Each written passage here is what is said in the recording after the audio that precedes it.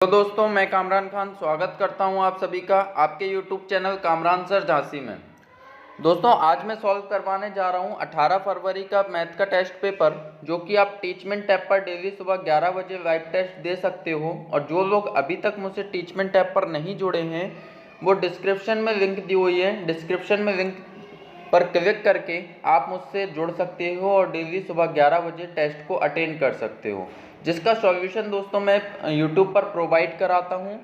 और यूट्यूब पर आप डेली अपडेट पाने के लिए चैनल को सब्सक्राइब कीजिए और बेल आइकन को ज़रूर दबाइए, जिससे कि मैं जो भी अपडेट करूंगा यूट्यूब पर तो आपके पास नोटिफिकेशन आता रहेगा। ठीक है दोस्तों, तो चलते हैं आज 18 फरवरी का सॉल्यूशन। पहला क्वेश्चन है, दीक्षा ने एक परीक्षा में 58% अंक प्राप्त किए, जिसके अधिकतम अंक 450 थे और उसे डैश अंक प्राप्त हुए। तो दोस्तों, यहाँ पर बहुत आसान है कि 450 मैक्सिमम मार्क्स हैं और उसमें से 58% उसको प्राप्त हुए। तो 58% का मतलब यहाँ पर नीचे 100 आ जाएगा, एक जीरो से एक जीरो कट जाएगी, 5 दूनी 10, 5 नाम 45, 2 से 58 कटेगा, 2 दूनी 4, 2 नाम 18, 9 गुणे 29। तो यहाँ पर दोस्तों आ जाएगा 9 नाम 81, मतलब इकाई अंक 1 आएगा और एक ही ऑप्शन है जिसका इकाई अंक 1 है। तो सी पे आप टिक करोगे और आगे बढ़ जाओगे। चलते हैं नेक्स्ट क्वेश्चन, क्वेश्चन नंबर 2 पर। a माइनस बी का whole cube plus B minus C का whole cube plus C minus A का whole cube upon 3 A minus B minus C और सी माइनस ए।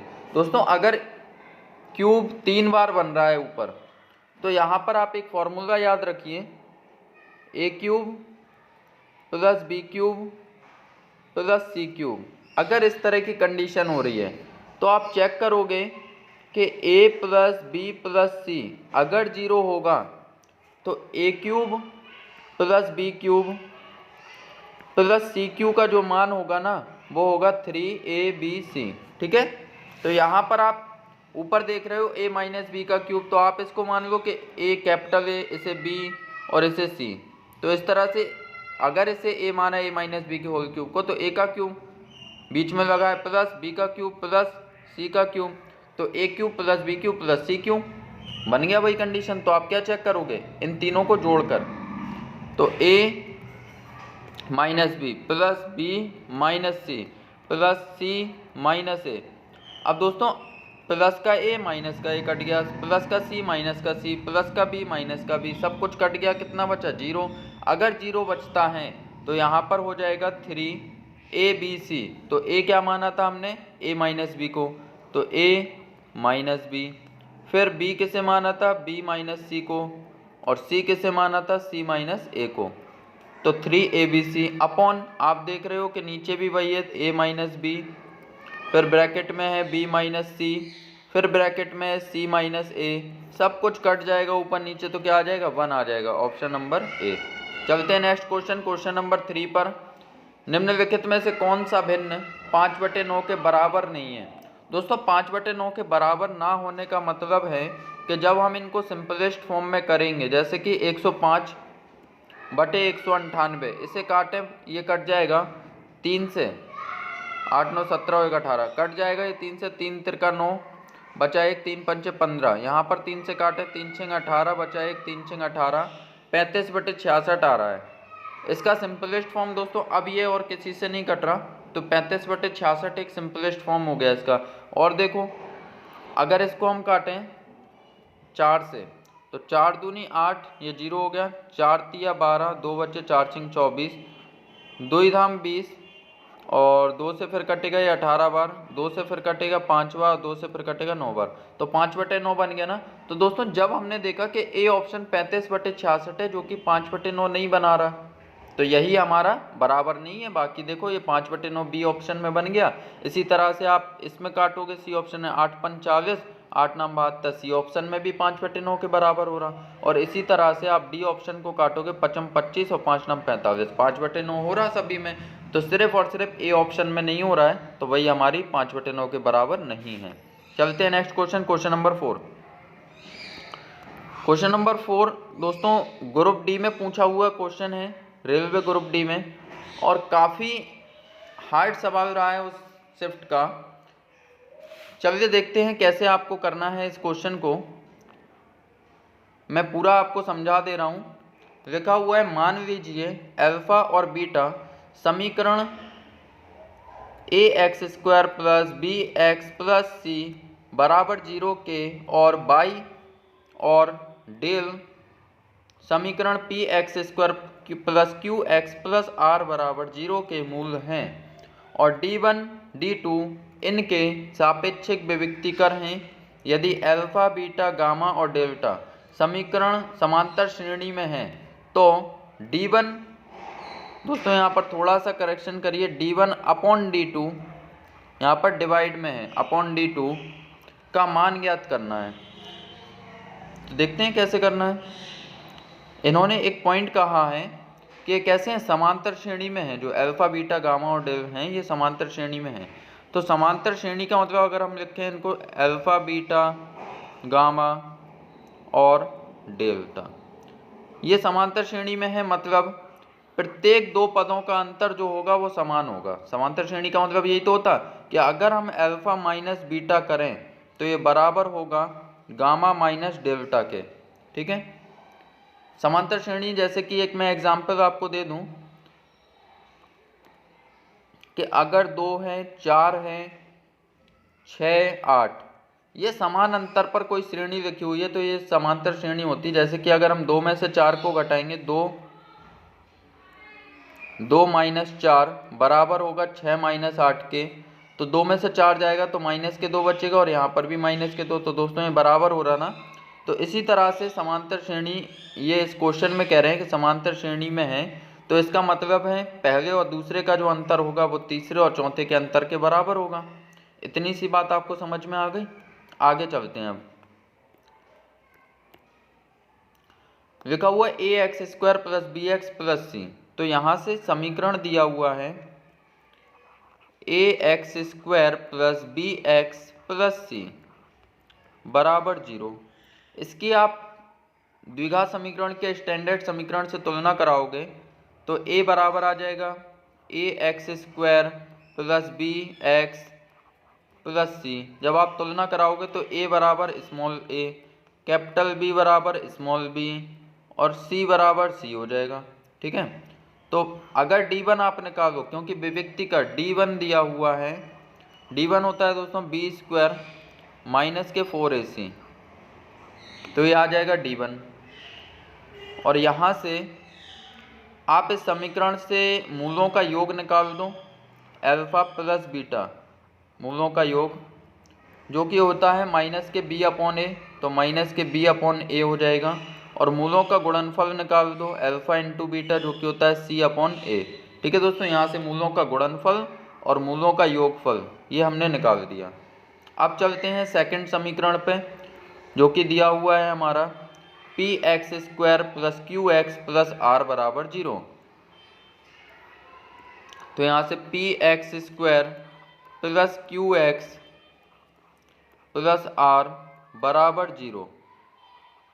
ठीक है दोस्तों, तो यहाँ से जब आप मूलों का योग निकालोगे तो ये होगा, इसके जो मूल हैं, ध्यान देना, मूल जो हैं इसके गामा और डेल्टा हैं। तो यहाँ से आप गामा प्लस डेल्टा मतलब मूलों का योग, तो मूलों का योग आप निकालोगे तो गामा प्लस डेल्टा आएगा। गामा प्लस डेल्टा होता है माइनस के b अपॉन ए, तो माइनस के b क्या आ जाएगा यहाँ पर, जब आप इसकी कंपेयर कराओगे ना स्टैंडर्ड फॉर्म से A X square plus B X plus C बराबर 0 से, तो a बराबर आ जाएगा p, b बराबर आ जाएगा q, c बराबर आ जाएगा r। तो मूलों का योग क्या होता है माइनस के b अपॉन ए, तो माइनस के b क्या है q है, तो माइनस के q अपॉन a क्या है p है, तो ये मूलों का योग हो गया। अब मूलों का गुणनफल क्या हो जाएगा, तो गामा इंटू डेल्टा, ये हो जाएगा आपका gamma into delta c upon A, तो c कितना है r है और a कितना है p है, तो r अपॉन p हो जाएगा। अब D2 विविक्ति कर, तो D2 जो हो जाएगा ये भी बी स्क्वायर माइनस के 4ac, तो यहाँ पर b क्या है हमारा q है, तो q स्क्वायर माइनस के 4ac तो माइनस के 4 AC, ए कितना है P है और C कितना है R है। ठीक है दोस्तों, तो यहाँ से आप एक काम कर सकते हो, क्या आप इस क्यू स्क्वायर को माइनस के क्यू का होल स्क्वायर लिख सकते हो, है ना, क्योंकि जब माइनस के क्यू का होल स्क्वायर करेंगे तो वही आएगा। अब आ जाते हैं हमारे सवाल पर। यहाँ पर ये कह रहा है d1 upon d2।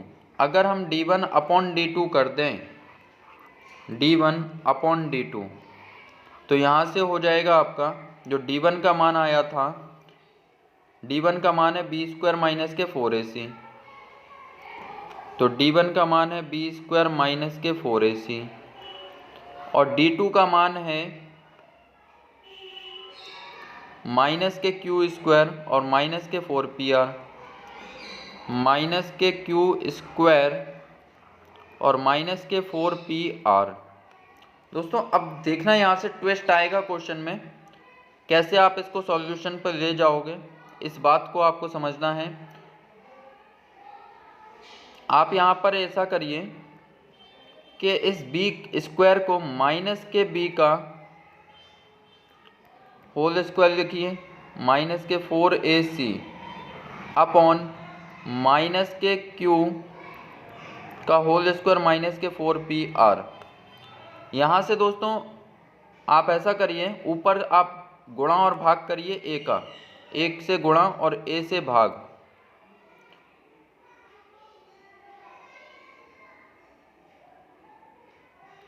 a square से कर दीजिए। ठीक है, a स्क्वायर से करने से सवाल हो जाएगा, a स्क्वायर से आप यहाँ पर गुणा और a स्क्वायर से भाग करिए, तो भाग करने पर ये होगा कि इस अपॉन वाले a स्क्वायर को बाहर ऊपर वाला अंश में रहने दो, इसको अंदर ले जाओ, तो माइनस के b अपॉन a का होल स्क्वायर लिखा जा सकता, minus 4ac upon a square, तो एक a स्क्वायर ये कट गया, अब बचा 4 इंटू सी अपॉन a, और अपॉन में देखो दोस्तों क्या बचेगा, अपॉन में आ जाएगा q माइनस के क्यू स्क्वायर है, तो यहाँ पर आप डिवाइड कर दीजिए।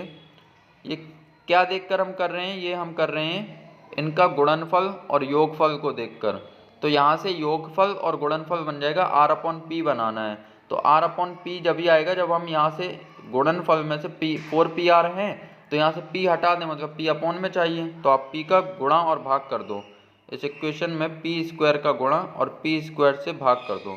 जब आप ऐसा करोगे तो यहाँ से ये तो a स्क्वायर अंदर गुणा हो गया, तो इसको तो यहाँ से हटा दो अब, ठीक है ना।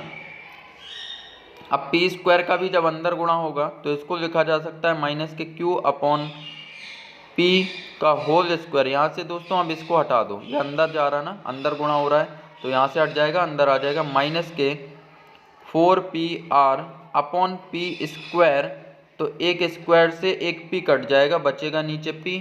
अब यहाँ पर देखिए a square upon p square ये बचा, और ऊपर क्या बचा है, ऊपर बच रहा है हमारा माइनस के b अपॉन a का होल स्क्वायर, तो माइनस के b अपॉन a, अगर आप ऊपर जाएंगे तो माइनस के b अपॉन a जो है ये मान है अल्फ़ा प्लस बीटा का, है ना, तो यहाँ से आप उठा के रख दोगे alpha plus beta, alpha plus beta का whole square minus 4 into R upon P.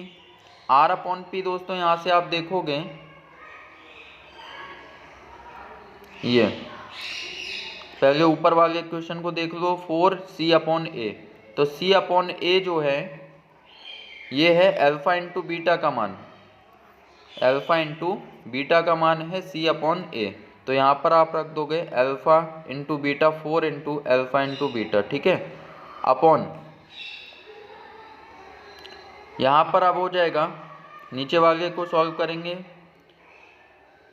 Minus के q अपॉन पी, तो q अपॉन पी जो दोस्तों हैं ये मान है, देखिए माइनस के q अपॉन पी, तो ये है आपका गामा प्लस डेल्टा का मान, गामा प्लस डेल्टा का मान है। दोस्तों ये ग्रुप डी में पूछा जरूर है, लेकिन ये ग्रुप डी के लेवल का क्वेश्चन नहीं था, काफ़ी डिफ़िकल्ट क्वेश्चन माना जाता है, जो कि इसमें पूछ लिया गया। अब यहाँ पर 4r/p। तो 4 इंटू r/p का मतलब है, यहाँ पर आपने निकाला है r/p। देखिए ये है r/p, किसका मान है, गामा प्लस डेल्टा का। तो यहाँ पे आप गामा इंटू डेल्टा लिख सकते हो, गामा इंटू डेल्टा लिख सकते हो, ठीक है।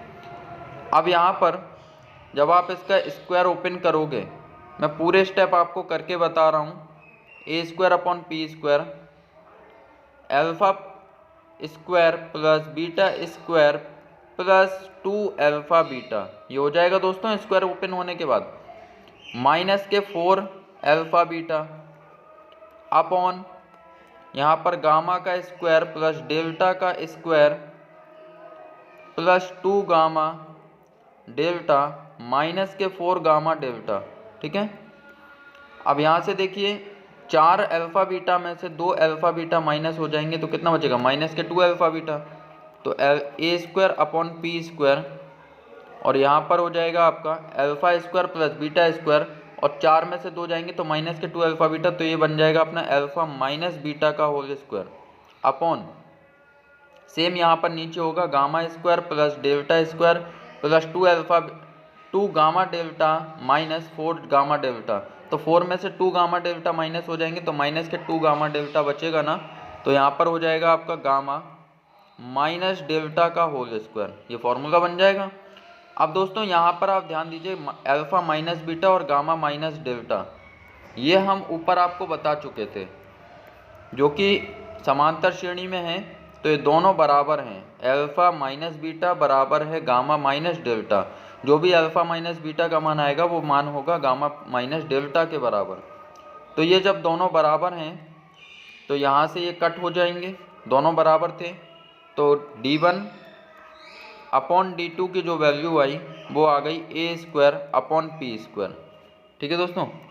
मान आया अपना a²/p², यही अपना आंसर है a²/p²। काफ़ी लेंथी सवाल था जो कि ग्रुप डी में पूछा गया है रेलवे के, a²/p², ए ऑप्शन इसका करेक्ट है, जो कि बाद में किया जाएगा आपका एग्ज़ाम समय पे। इस ऐसे क्वेश्चन होते हैं ये जिनको एग्ज़ाम रनिंग टाइम में नहीं करना है, बाद में आपका समय बचे तो आप करिए, नहीं तो ऐसे सवालों को छोड़ दीजिए। इनको करने से अच्छा है कि बाकी के क्वेश्चंस को कर लिया जाए, है ना दोस्तों। चलते हैं नेक्स्ट क्वेश्चन नंबर 5 पर। ए, बी और सी एक कार्य को 81 दिन में पूरा कर सकते हैं। ए और बी उसी कार्य को एक साथ 97.2 दिन में पूरा कर सकते हैं। बी और सी उसी कार्य को एक साथ 162 दिन में पूरा कर सकते हैं। बी अकेला उस कार्य को कितने दिन में पूरा कर सकता है।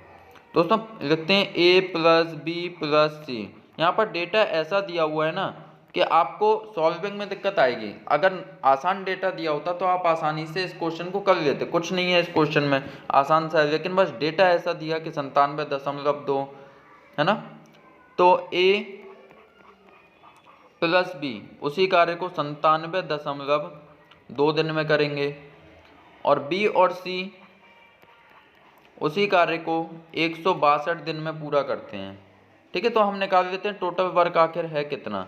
इस 97.2 को आप बदल दो, पॉइंट हटा दो तो बटे 10 हो गया, ठीक है। अब लासा लोगे तो 81, 972 और 162 का जो लासा आ जाएगा,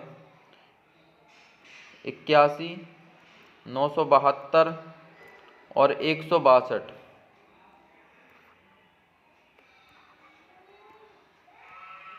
का लासा निकालते हैं तो देखें क्या आएगा।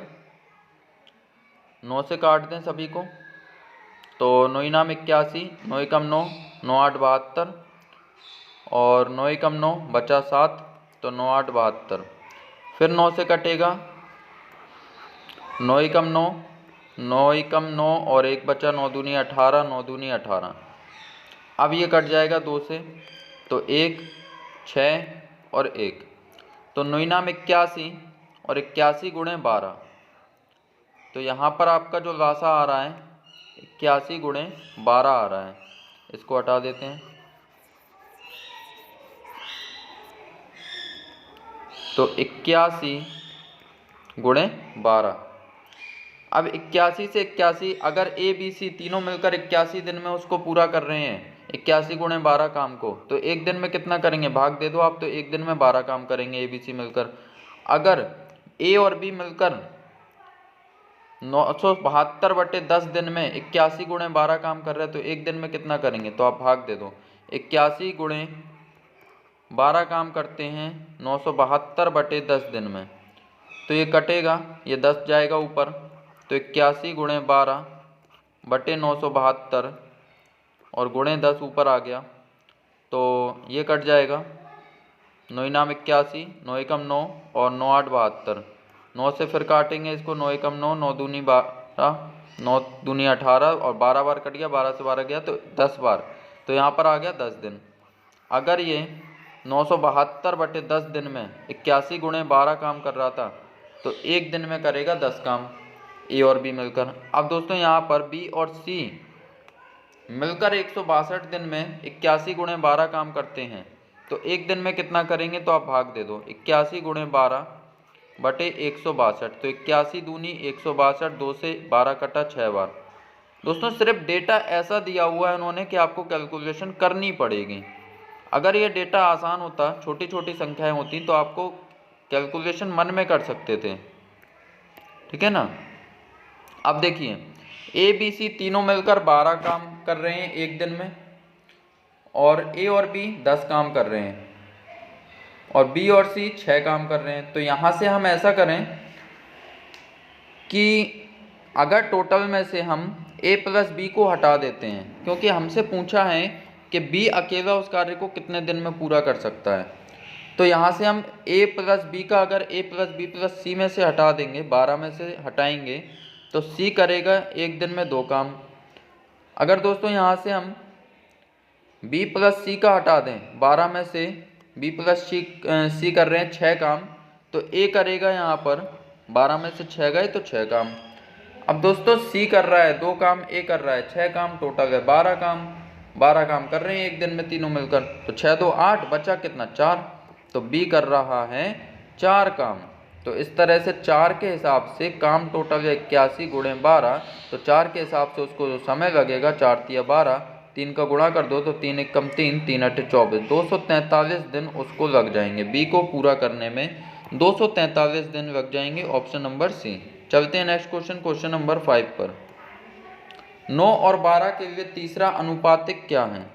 9 और 12 के लिए तीसरा अनुपातिक, दोस्तों इसका आप सीधा फॉर्मूला याद रख सकते हो, बी स्क्वायर अपॉन ए। बी मतलब पहले नंबर पे जो दिया वो ए, दूसरे नंबर पे जो दिया वो बी, तो बी स्क्वायर अपॉन ए।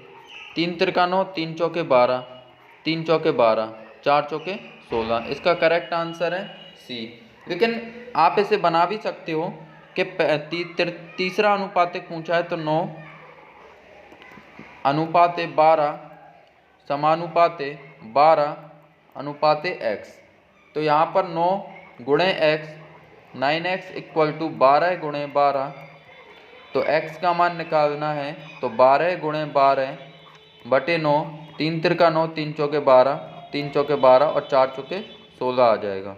ऐसे भी आप कर सकते हो, ठीक है। चलते हैं नेक्स्ट क्वेश्चन, क्वेश्चन नंबर 7 पर। राधिन और ब्रैटिन मिलकर एक कार्य को 12 दिनों में कर सकते हैं। वे मिलकर कार्य आरंभ करते हैं, लेकिन काम समाप्त होने से 5 दिन पहले राधिन को काम छोड़ना पड़ता है, ठीक है।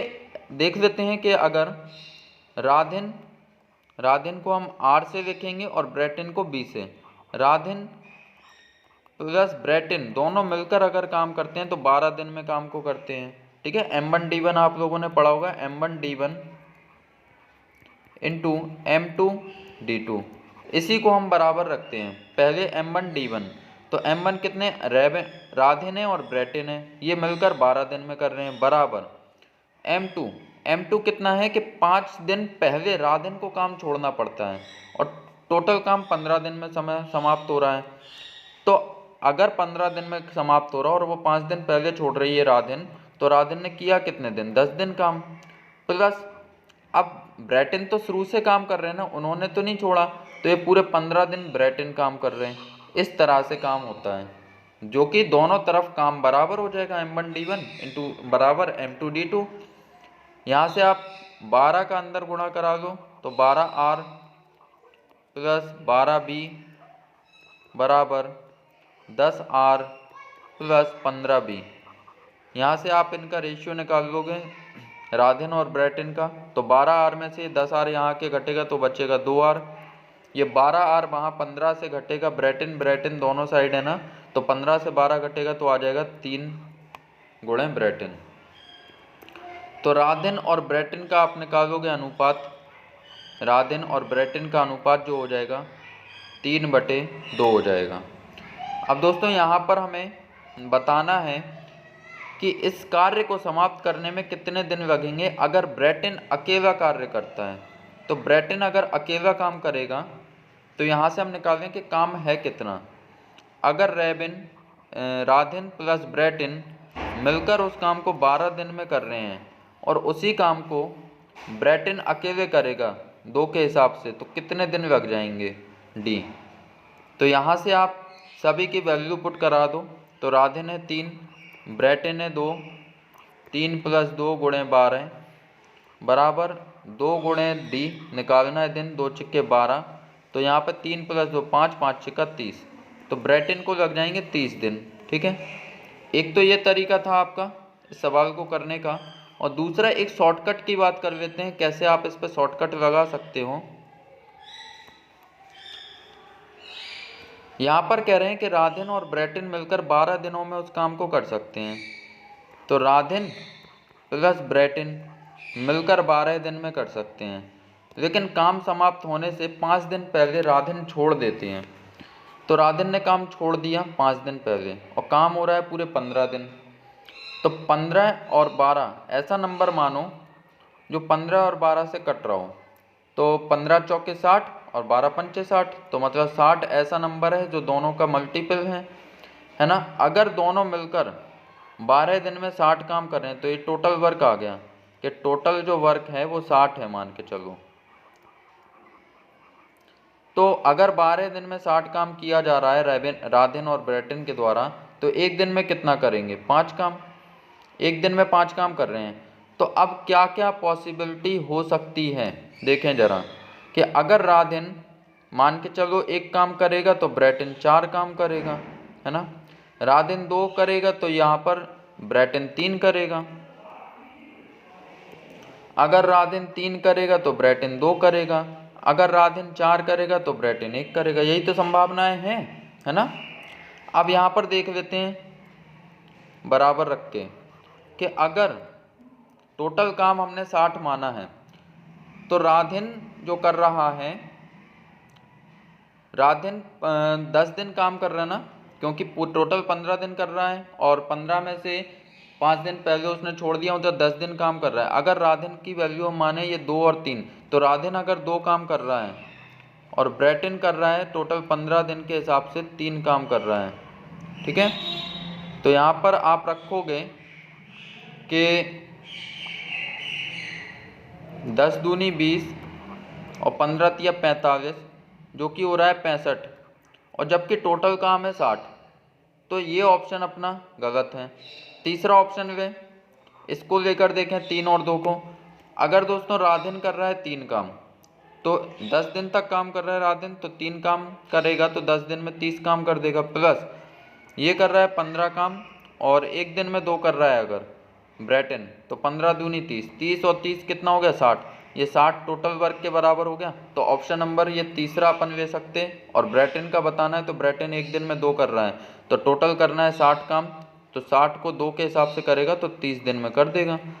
ये आप शॉर्टकट आजमा सकते हो, है ना दोस्तों। लेकिन इसके लिए आपको दिमाग की ज़रूरत पड़ेगी, काफ़ी आपको सोचना पड़ेगा, ये ऑप्शन आपको बनाने पड़ेंगे कि क्या क्या संभावनाएं हैं, 5 कैसे कैसे बन सकता है। 5 अगर राधेन 1 काम करेगा तो ब्रेटिन 4 करेगा, 5 बन जाएगा ना, ऐसे आपको सोचना पड़ेगा। आई होप कि आपको समझ में आया होगा। क्वेश्चन नंबर 8 पर चलते हैं। एक कक्षा में 18 लड़के और कुछ लड़कियां हैं। एक परीक्षा में लड़कों के औसत अंक 12, बॉयज़ के जो औसत अंक हैं वो 12 हैं, गर्ल्स के जो औसत अंक हैं वो 14 थे। यदि कुल औसत 13.1 है तो कक्षा में छात्रों की कुल संख्या। यहाँ पर दोस्तों बॉयज़ की जो संख्या दी हुई है वो 18 दी हुई है तो आप इसे मिक्सचर एंड एलिगेशन से लगा सकते हो, एलिगेशन कॉन्सेप्ट से। यहाँ पर इसको माइनस कर दो तो यहाँ पर हो जाएगा 14 में से 13.1 जाएगा तो ये बचेगा 0.9, ठीक है ना।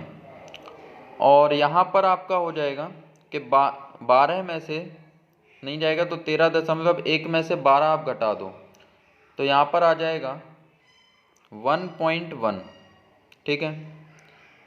अब 0.9 का ये 18 कितने गुना हो रहा है, तो आप 18 में 0.9 का आप भाग दे दीजिए तो ये हो रहा है 9 दूनी 18, 20 गुना, है ना।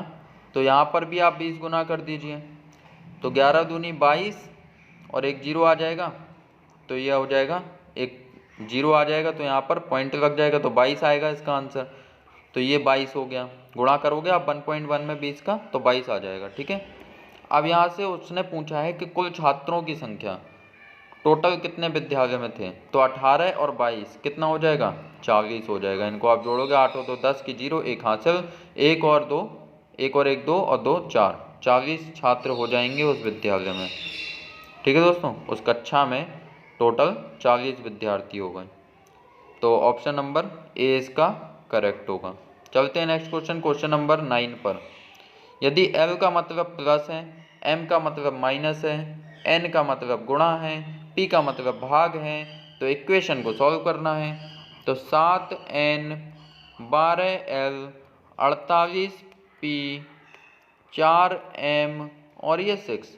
तो देखो N का मान क्या दिया, N का मतलब है गुणा, तो 7 गुणे 12, L का मतलब है प्लस 48, P का मतलब है भाग 4, M का मतलब है -6।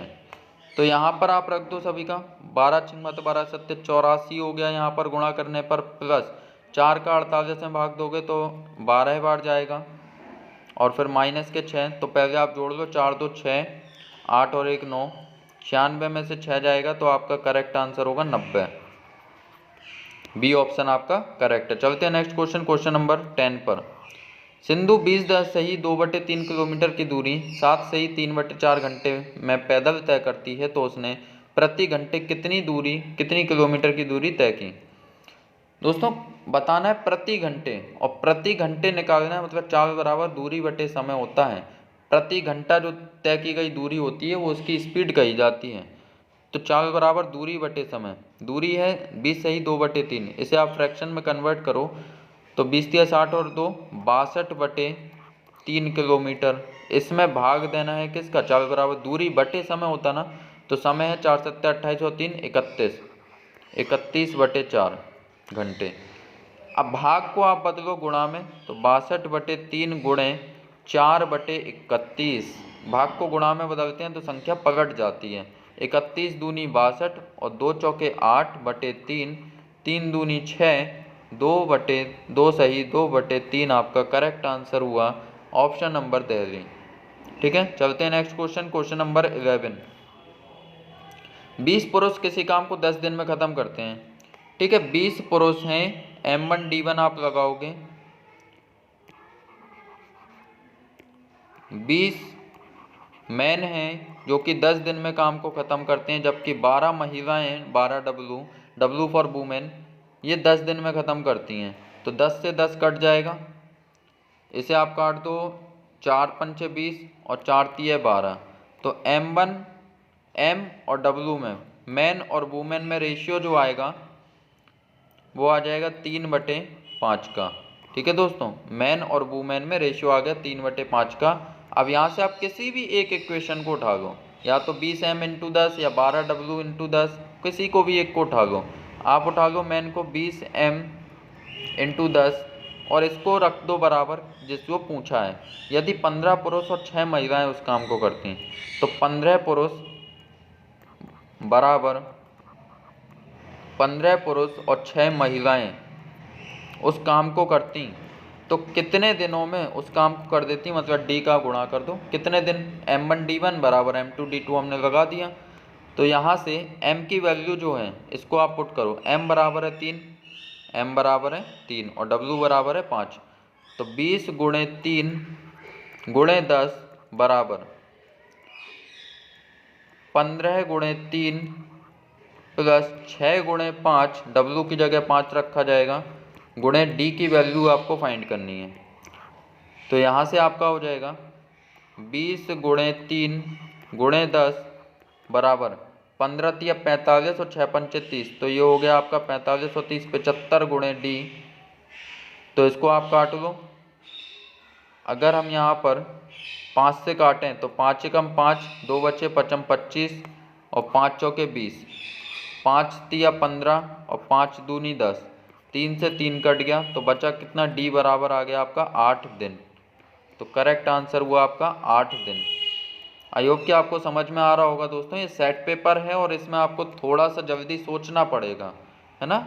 मैं इसको काफ़ी डीप में जाके समझा सकता हूँ, लेकिन वीडियो काफ़ी लंबी हो जाएगी और 30 क्वेश्चन नहीं हो पाएंगे, है ना। तो मैं थोड़ा फास्ट भी करता हूँ। चलिए देखते हैं क्वेश्चन नंबर 12। एक व्यक्ति 9% के सालाना साधारण ब्याज दर पर 32,000 लेता है और उसे 10% सालाना चक्रवृद्धि ब्याज दर पर बैंक में जमा करा देता है। तीसरे साल के अंत तक उसने धन में कुल कितनी वृद्धि होगी। चलो देखते हैं। तो यहाँ पर पहले तो वो साधारण ब्याज पे ले रहा। दोस्तों साधारण ब्याज प्रत्येक वर्ष समान होता है, मतलब अगर 9% ब्याज दर है तो 3 वर्ष में कितनी हो जाएगी, तीसरे साल की कह रहा है ना, तो 27% तो उसकी साधारण ब्याज की दर हो जाएगी। अब अगर हम चक्रवृद्धि ब्याज की दर दी हुई है 10% और ये 10% है, तो 3 वर्ष की चक्रवृद्धि ब्याज कितनी होगी, चक्रवृद्धि ब्याज की दर। तो यहाँ पर इसे निकालने का सबसे अच्छा तरीका है कि x प्लस वाई प्लस के x इंटू वाई अपॉन 100। आप ऐसे निकालो तो x और y दोनों समान है, पहले वर्ष भी 10 है और दूसरे वर्ष भी 10 है, प्लस 10 गुणे 10 बटे 100। तो 2 जीरो से 2 जीरो कट गया, 10 और 10 20 प्लस 1 21। दोस्तों ये मन में करने वाले, कैलकुलेशन करने वाला काम है, इसे मैं करके दिखा रहा हूँ, ये आपको करना नहीं है। ये तो मन में ही हो जाएगा, 10 10 20 और 1 21, है ना। अब 21 आ गया 2 वर्षों की। अगर 2 वर्ष होते तो 21% होता चक्रवृद्धि ब्याज की दर, लेकिन अगर 3 वर्ष हैं तो आप फिर एक बार जोड़ोगे, 21 प्लस 10, तीसरे वर्ष फिर 10 है, प्लस 21 गुणे 10 बटे 100। तो 1 जीरो से 1 जीरो कट गया। अब 21 और 10 हो गया 31, और 21 में 10 का भाग दोगे तो 2.1, तो 31 और 2.1 हो जाएगा आपका 33.1। ठीक है, तो 3 वर्ष की जो रेट ऑफ इंटरेस्ट बनी वो बनी आपकी 33.1। तो 32,000 का आप 33.1% निकाल दो, तो यहाँ पे बटे 100% हटेगा तो नीचे 100, और एक पॉइंट हटाओ तो नीचे 1 जीरो और आ जाएगा ना, ये हट गया। अब 3 जीरो से 3 जीरो को आप काट दो। अब 32 गुणे 331, आप इकाई अंक देख लो, यहाँ पर 2 का गुणा होगा, यहाँ पर 1 का, तो क्या आएगा, इकाई अंक 2 आएगा, क्योंकि इकाई अंक इसमें अलग अलग थे तो हमने इकाई अंक से कर दिया और आसानी से 1952 अपना आ गया बिना गुणा किए हुए। ठीक है दोस्तों, तो ए ऑप्शन इसका करेक्ट होगा। चलते हैं नेक्स्ट क्वेश्चन, क्वेश्चन नंबर 13 पर। दिए गए विकल्पों में से श्रृंखला के लुप्त पदों को भरिए। चलिए देखते हैं। 8 से 11 हुआ, कितना जोड़ा, 8 3 11, 3 जोड़ा। 11 से 16 हुआ, कितना जोड़ा, 5 जोड़ा। 16 से 23 हुआ, कितना जोड़ा, 7 जोड़ा। 23 से 32 हुआ, कितना जोड़ा, 9 जोड़ा। और फिर आप समझ गए होगे पैटर्न को, 3 5 7 9, तो अब क्या जोड़ेगा, 11 जोड़ेगा, तो 32 और 11 हो जाएगा आपका 43। तो बी ऑप्शन आपका करेक्ट है। चलते हैं नेक्स्ट क्वेश्चन, क्वेश्चन नंबर 14 पर। एक यात्री अपनी यात्रा की कुल दूरी का 2/5 भाग पैदल तय करता है, और ये फ्रैक्शन वाले जो होते हैं ना दोस्तों बहुत आसान होते हैं। इसमें 2/5 वो कह रहा है पैदल तय करता है कुल दूरी का। ठीक है, आगे बढ़ें। और शेष का 1/3 भाग, 1/3 और लिख दो फ्रैक्शन, जितनी फ्रैक्शन दी होंगी आप पहले उनको लिख लो। उसकी यात्रा के शेष बचे दूरी का भिन्न में मान क्या होगा। तो अब आप निकालो कि कुल दूरी है कितनी, तो वो आएगी, डिनोमिनेटर का लासा ले लो, 5 और 3 का 15 हो जाएगा। तो कुल दूरी का वह 2/5 भाग तय करता है पैदल, तो 15 अगर दूरी है टोटल, तो 15 का 2/5, 5 या 15, 3 दूनी 6, 6 उसने पैदल तय किया। आगे कह रहा है और शेष का 1/3 भाग। अब शेष कितना बचा, टोटल अगर 15 थी, 15 में से 6 उसने पैदल तय किया है तो बचा अपना 9। 15 में से 6 को हटा दो तो 9 बचा। अब 9 को 3 तिरका 9, 3 उसने बस द्वारा तय कर दिया, तो 6 और 3 9 भाग तो वो तय कर चुका है। अब कह रहे हैं उसकी यात्रा के शेष बचे दूरी का भिन्न में मान क्या है। तो शेष कितनी बची, 15 में से 9 वो तय कर चुका, तो बचा है 6, और कितने में से, 15 में से, तो शेष बची हुई है 6/15। इसको आप काट लो, 3 दूनी 6 और 3 पंचे 15, 2/5 उसका शेष बचा। बी ऑप्शन आपका करेक्ट होगा। चलते हैं दोस्तों नेक्स्ट क्वेश्चन पर। Question number 15। किसी राशि पर 1.5 साल के लिए लगा 8% का साधारण ब्याज 360 रुपये है। 360 रुपये ब्याज है, माना मूलधन P है, मूलधन गुणे दर गुणे समय जो कि 1.5 वर्ष है बटे 100। यहाँ से आप पॉइंट को हटाइए तो नीचे 0 आ जाएगा, काट दीजिए, 4 से 4 दूनी 8 और 4 से 1000 कटेगा 250 बार। अब 5 से काट दो, 5 दिया 15 और 5 से इसको काटो, 55 25 0 हो गया, और 2 से 50 को काटो तो ये 25 बार कट जाएगा, और 3 से 360 को काटो, 3 एकम 3, 3 दूनी 6 0। ठीक है दोस्तों, तो यहाँ पर आपका आ जाएगा 120 गुणे 25 बराबर P, मतलब मूलधन का जो मान आ जाएगा आप गुणा करोगे तो ये आ जाएगा 3000। ठीक है, अब वो कह रहा है समान राशि पर समान ब्याज दर के हिसाब से 2 गुना समय कर दिया जाए तो चक्रवृद्धि ब्याज ज्ञात कीजिए। समय 2 गुना कर दिया जाए और दर समान होनी चाहिए। तो दोस्तों यहाँ पर अगर दर 8% है तो 8% की वैल्यू होती है 2/25। तो यहाँ से हो जाएगा, अगर 2 रुपये 25 रुपये पे ब्याज मिल रहा है तो पहले वर्ष जो मिश्रधन हो जाएगा 25 से 27, फिर दूसरे वर्ष भी 25 से 27, फिर तीसरे वर्ष भी 25 से 27 हो जाएगा। ठीक है, अब यहाँ पर 25 गुणे 25 गुणे 25 होता है 15,625, और 27 गुणे 27 गुणे 27 होता है 19,683। ये होता है प्रिंसिपल मूलधन, ये होता है अमाउंट मिश्रधन। और दोस्तों जब मिश्रधन से मूलधन को घटाते हैं तो हमें मिलता है ब्याज, जो कि होता है चक्रवृद्धि ब्याज। यहाँ पर आ जाएगा 19,683 से आप घटाइए 15,625 को, तो 13 में से 5 जाएंगे तो बचेगा 8, यहाँ पे 7 में से 2 गए बचे 5, 6 में से 6 गया 0, 9 में से 5 गया 4 और 1 में से गया 0, तो यहाँ पर बचा आपका 4058। ठीक है, जो 4058 है ये ब्याज होगा जो कि चक्रवृद्धि ब्याज अपन को निकालना है, और मूलधन दिया हुआ है 3000 और यहाँ पर मूलधन है 15,625। तो 15,625 यूनिट का मान हो जाएगा 3000, तो 4058 यूनिट की वैल्यू फाइंड करनी है, ये चक्रवृद्धि ब्याज कहलाएगा। तो 3000 बटे 15,625 गुणे 4058। ठीक है, आप इन सबको सॉल्व करोगे और सॉल्व करने पर आ जाएगा आपका ए ऑप्शन 779.13। ठीक है दोस्तों, आप इसे सॉल्व करना, आंसर आ जाएगा ए ऑप्शन होगा। चलते हैं नेक्स्ट क्वेश्चन, क्वेश्चन नंबर 16 पर। 10 sec² x माइनस के 9 tan x² x बराबर है 13, और x का मान जो है वो 0 के बराबर या 0 से बड़ा और 90 से छोटा होना चाहिए। तो x का मान क्या होगा दोस्तों, आप इसे लिख सकते हो 10 sec² को sec² x प्लस के 9 sec² x माइनस के 9 tan² x बराबर है 13 के। तो यहाँ से sec² x सेम रहेगा, प्लस 9 आ जाएगा कॉमन, तो अंदर हो जाएगा sec² x minus tan² x बराबर है 13। तो sec² x प्लस 9 और sec² theta minus tan² theta होता है दोस्तों 1, तो मल्टीप्लाई बाय 1 इक्वल टू 13। यहाँ से sec² x बराबर हो जाएगा, 9 यहाँ पर जुड़ रहा है, वहाँ जाके घट जाएगा तो ये हो जाएगा 4। तो सेक एक्स का जो मान आएगा वो हो जाएगा 2। यहाँ से स्क्वायर हटेगा तो वहाँ पर रूट आ जाएगा और सेक एक्स का मान 2। और सेक में दोस्तों एक्स जो मान होता है 2 वो 60 का होता है, तो एक्स बराबर हो जाएगा 60 डिग्री। ये आपका करेक्ट आंसर है, एक्स का मान 60 डिग्री, ए ऑप्शन। चलते हैं नेक्स्ट क्वेश्चन, क्वेश्चन नंबर 17 पर। ए बी और सी के बीच 1380 को बांटा जाता है, जिसमें ए को सी से 5 गुना, तो लिख लेते हैं यहाँ पर ए बी और सी में बांटा जा रहा है। ए को सी से 5 गुना, मान के चलो सी को 1 मिला तो ए को 5 गुना मिल गया 5।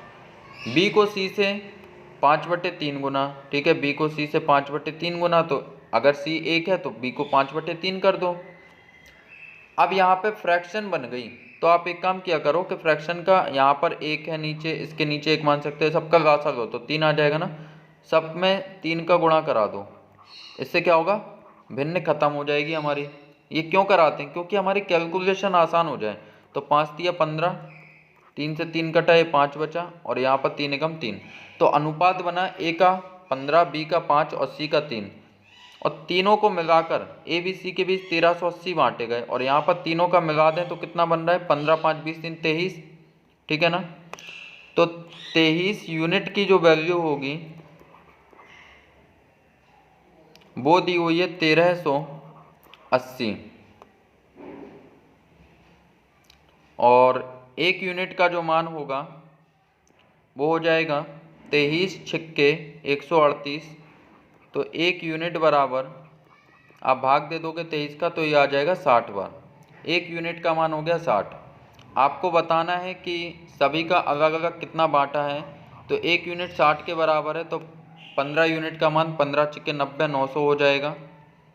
तो ए आप मैच कर लो, एक ही ऑप्शन दिया हुआ है 900 का, ए ऑप्शन, ठीक है। चलते हैं नेक्स्ट क्वेश्चन, क्वेश्चन नंबर 18 पर। यदि 0.41 के ऊपर बार है का साधारण भिन्न 41/999 n टाइम्स के द्वारा दी जाती है, तो n का मान क्या होगा। दोस्तों जब ये पॉइंट यहाँ पर 0.41 के ऊपर बार है और ये बार जितनी संख्याओं के ऊपर होता है तो उतने नीचे 9 आते हैं। अगर बार हटेगा तो 2 संख्याओं पर था तो 2 बार 9 आएगा, तो ऑप्शन सी इसका करेक्ट है। चलते हैं नेक्स्ट क्वेश्चन, क्वेश्चन नंबर 19 पर। 19 में हमें बताना है कि x² upon a² plus y² upon b² का मान क्या होगा। तो यहाँ से आप कन्वर्ट कर लो इस क्वेश्चन को भी इसी फॉर्म में कि a का यहाँ गुणा हो रहा था, यहाँ आकर 75 कर दो तो भाग हो जाएगा। x अपॉन a का जो मान है वो sin theta plus cos theta, तो आप दोनों तरफ वर्क कर दो क्योंकि जो बताना है उसमें x² अपॉन a² का मान बताना है। तो यहाँ से आप x² अपॉन a² का मान निकालोगे, दोनों तरफ वर्क कर दोगे, तो x² अपॉन a² बराबर sin theta plus cos theta का स्क्वायर होगा, तो sin² theta plus cos² theta plus के 2 sin थीटा cos थीटा हो जाएगा, ठीक है दोस्तों। अब इसी तरह से दूसरी इक्वेशन को आप करिए जो कि दिया हुआ है y बराबर b sin theta minus cos theta, तो यहाँ पर आप यहाँ पर भी वही करिए कि b को 75 कर दो तो यहाँ आके भाग हो जाएगा। दिया हुआ है sin theta minus cos theta, दोनों तरफ आप वर्क कर लो क्योंकि जो प्रूफ करना है उसमें स्क्वायर में दिया हुआ है y² अपॉन b² बराबर, इधर पे वर्क होगा तो sin theta minus cos theta का होल स्क्वायर बराबर sin² theta plus cos² theta minus के 2 sin थीटा cos थीटा, ठीक है दोस्तों। अब दोनों को जोड़ना है, x² upon a² plus y² upon b²। जब हम दोनों को जोड़ेंगे तो देखिए क्या आ जाएगा, यहाँ पर x² अपॉन a² का जो मान है वो है sin² theta plus cos² theta plus के 2 sin थीटा cos थीटा, और प्लस अब y² plus b² upon b² का जो मान है वो है sin² theta plus cos² theta minus के 2 साइन थीटा कॉस थीटा। दोस्तों प्लस के 2 sine theta cos theta minus के 2 साइन थीटा कॉस थीटा, तो यहाँ से आपका sign square theta plus cos square theta, तो ये हो जाएगा 2 साइन स्क्वायर थीटा प्लस के 2 कॉस स्क्वायर थीटा। यहाँ से आप 2 कॉमन निकाल दो तो अंदर बचेगा sine square theta plus cos square theta. तो sine square theta plus cos square theta होता है 1, तो यहाँ से आ जाएगा 2 गुणे 1 बराबर 2। तो X square upon A square plus Y square upon B square का मान हो गया 2। तो इसका करेक्ट ऑप्शन है बी। चलते हैं नेक्स्ट क्वेश्चन, क्वेश्चन नंबर 20 पर। कल्याण अपनी बहन से 2 गुना बड़ा है और अपने पिता से 5 गुना छोटा है। ठीक है, यहाँ पर कल्याण बहन और पिता, ये कह रहे हैं कल्याण अपनी बहन से 2 गुना बड़ा है। तो मान के चलो बहन अगर 1 वर्ष की है तो कल्याण 2 का हो गया, और पिता से 5 गुना छोटा है, तो अगर खुद 2 का है तो पिता 10 के रहे होंगे, तब तो 5 गुना छोटा हो रहा है उसके, है ना। और अब लिखा हुआ है 2 साल बाद उन दोनों की उम्र जोड़ें तो 52 साल होगी। कल्याण की और पिता की उम्र अगर हम 2 साल बाद जोड़ें तो अभी है 2x कल्याण की और पिता की है 10x। ठीक है, अभी की है। अब 2 साल बाद जोड़ेंगे तो 2 वर्ष कल्याण भी बड़ा हो जाएगा और 2 वर्ष पिता भी बड़े हो जाएंगे, मतलब 4 वर्ष जुड़ जाएंगे इनमें, और बराबर दिया हुआ है इनकी साल हो जाएगी 2 जोड़ने पर 52 वर्ष। ठीक है, अब इनको जोड़ दें तो 2x और 10x कितना हो गया, 12x हो गया। 4 यहाँ जुड़ रहा है, वहाँ जाके घटा दो तो ये हो जाएगा 48। तो x का मान कितना हो जाएगा, 12 चौक 48। तो जो बहन की आयु है वो 4 वर्ष हो जाएगी। ऑप्शन नंबर ए इसका करेक्ट है, 4 वर्ष। चलते हैं नेक्स्ट क्वेश्चन, क्वेश्चन नंबर 21 पर। निम्न में से किसका मान सबसे ज़्यादा है, ज्ञात कीजिए। 5 की घात 5, 12 की घात 9, 10 की घात 11, 11 की घात 10। अब दोस्तों यहाँ पे थोड़ा ध्यान देना, 5 की घात 5 मतलब 5 की घात 3 तक तो आपको याद ही होगा, 125 होता है। और यहाँ पर 5 की घात 2 बचा तो उसे 25 से लिखा जा सकता है। 12 की घात 9, तो 12 की घात 9 आप इसे ऐसे लिख सकते हो 12 की घात 3 की होल घात 3। तो 12 की घात 3 होता है 1728 की पावर 3। 10 की घात 11, ये आप आसानी से निकाल सकते हो कि 11 जीरो आ जाएंगे, और यहाँ पर 11 की घात 10। अब दोस्तों यहाँ से आसानी से आप समझ सकते हो कि 25 का जब 125 में गुणा करेंगे तो कितना भी आए लेकिन 11 जीरो नहीं बना पाएगा, है ना, 11 जीरो तक नहीं जा पाएगा वो। हमें बताना है सबसे बड़ा। 1728 की भी अगर हम घात करेंगे 3, तो दोस्तों 1728 देखें, अगर इसे हम लगभग मान लें कि ये 1000 है, ठीक है, तो इसका जब हम 3 बार गुणा करेंगे तो 2 बार में 6 जीरो हो जाएंगे और 3 बार में 9 जीरो हो जाएंगे। 11 जीरो तक तो नहीं पहुंच रहा ना ये भी। अगर दोस्तों इसे हम 10 मान लें और 10 की घात 10, तो 10 ही जीरो हो पाएंगे।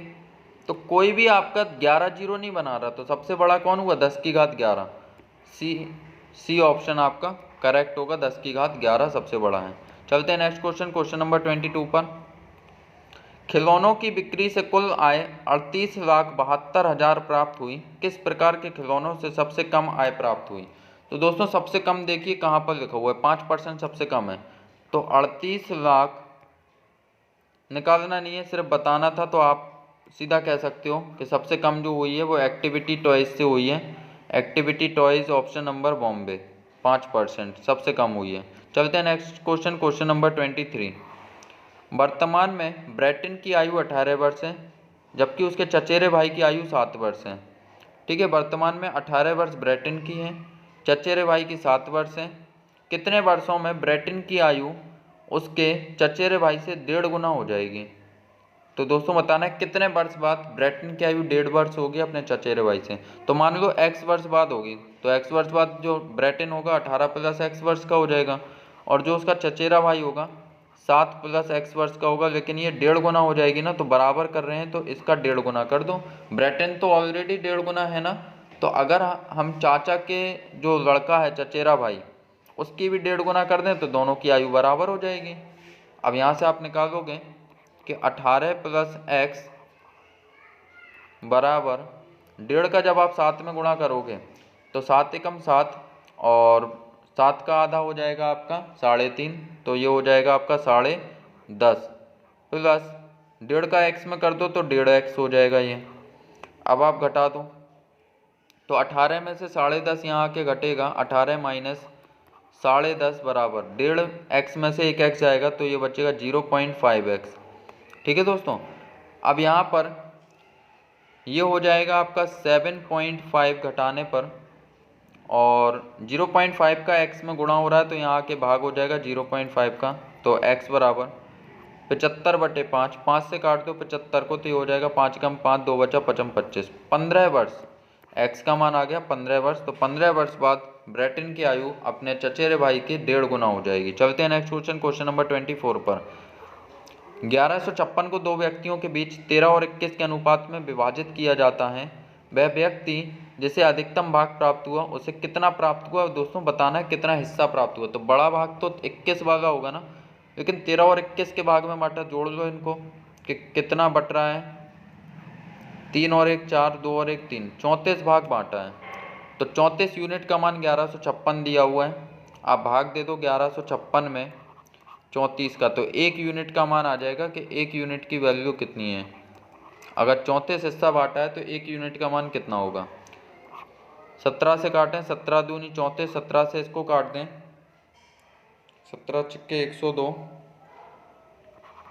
और बच रहा है आपका 13,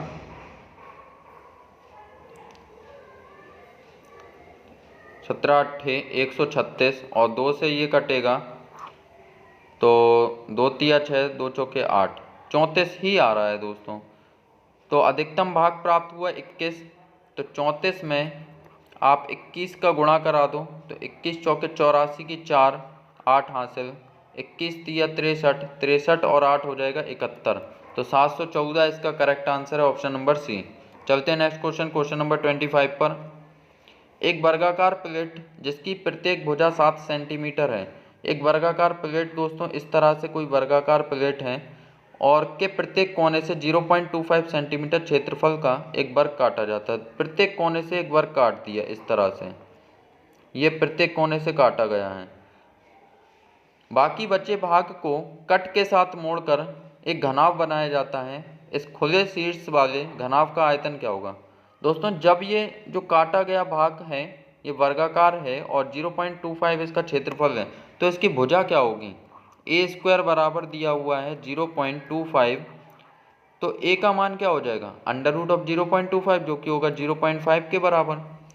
तो इसकी भुजा हो गई 0.5 यहाँ से और 0.5 यहाँ भी और 0.5 यहाँ भी होगा, 0.5 यहाँ भी होगा, 0.5 यहाँ भी होगा, 0.5 यहाँ भी होगा। दोस्तों ये टोटल जो थी 7 सेंटीमीटर की भुजा थी इस बड़े वर्ग की, ठीक है, वर्गाकार प्लेट की। तो 7 में से 0.5 यहाँ से कट हो गया, 0.5 यहाँ से, तो बचा कितना 6। ऐसे ही यहाँ पर भी 6। तो वर्गाकार प्लेट है ना, तो सभी जगह से समान काटा, तो वर्ग की जो भुजा बची वो 6 बची बड़े की। और बताना है घनाभ, अगर इसको हम मोड़ के घनाभ बना दें, ये जो हिस्सा बच रहा है ये वाला, इसको ऊपर की साइड मोड़ दें बचे हुए को, तो ये क्या बन जाएगा, एक खुला हुआ बॉक्स बन जाएगा घनाभ आकार। तो ये घनाभ का आयतन होता है लंबाई, तो लंबाई भी 6 है, चौड़ाई भी 6 है, गुणे ऊंचाई हो जाएगा, जितना हिस्सा काटा है वो ऊपर की साइड मुड़ जाएगा, तो 0.5। पॉइंट को हटाएंगे, नीचे आ जाएगा 10, 5 दूनी 10 और 2 से 6 काटा 3 बार, 3 छिंग 18, तो घनाभ का आयतन होगा 18 centimetre cube, option number C. चलते हैं दोस्तों नेक्स्ट क्वेश्चन पर, क्वेश्चन नंबर 26। रघु ने 14,360 में एक वस्तु खरीदी और इसकी धुलाई पर 240 रुपये खर्च किए। तो दोस्तों पहले तो हम सीपी निकालेंगे कि उसको पड़ी कितने की वो वस्तु। 14,360 प्लस 240, तो यहाँ से 0 6 4 10 की 1, 3 और 1 4 2 6, 14 यहाँ पर आ जाएगा। 14,600 की वो वस्तु पड़ी, उसको 15% लाभ पाना है, तो 14,600 का आप निकाल दो 115%, 2 जीरो से 2 जीरो कट जाएंगे। यहाँ पर आप डिजिटल सम कर दो इसका और ऑप्शन मैच करा दो, क्योंकि गुणा करोगे समय लग जाएगा। 4 और 1 5, 5 6 11, 11 का आ गया 2, और 5 1 6 और 1 7, 7 दूनी 14, 14 का आएगा दोस्तों 5, डिजिटल सम आएगा 5। अब देखिए कहाँ पर आपका 5 बन रहा है।